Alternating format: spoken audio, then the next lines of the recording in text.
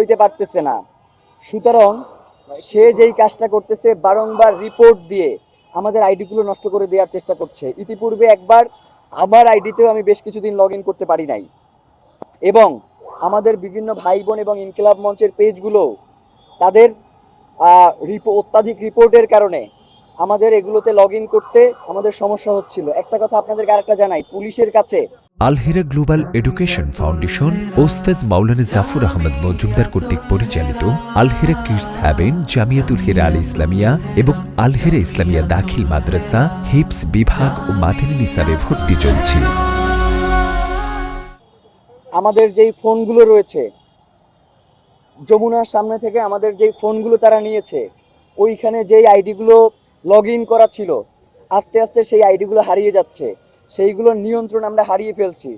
তাদের কাছে বারংবার অনুরোধ করা সত্ত্বেও তারা এখন পর্যন্ত আমাদের সেই ফোনগুলো আমাদের কাছে হস্তান্তর করছে না। তো আমাদের কাছে এটা অত্যন্ত আশঙ্কার বিষয় যে ভিতর থেকে কেউ এই কাজগুলো করবার চেষ্টা করছে কিনা।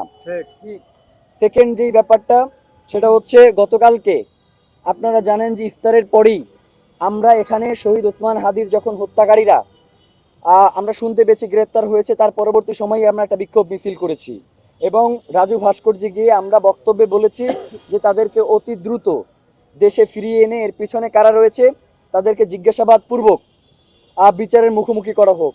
কিন্তু গতকাল থেকে এক ধরনের একটা প্রোপাগান্ডা দেখতে পাচ্ছি যে ইনকিলাব মঞ্চ নাকি শহীদ ওসমান হাদির হত্যাকারীদের গ্রেপ্তার হওয়ার পরে তারা নিশ্চুপ হয়ে গেছে।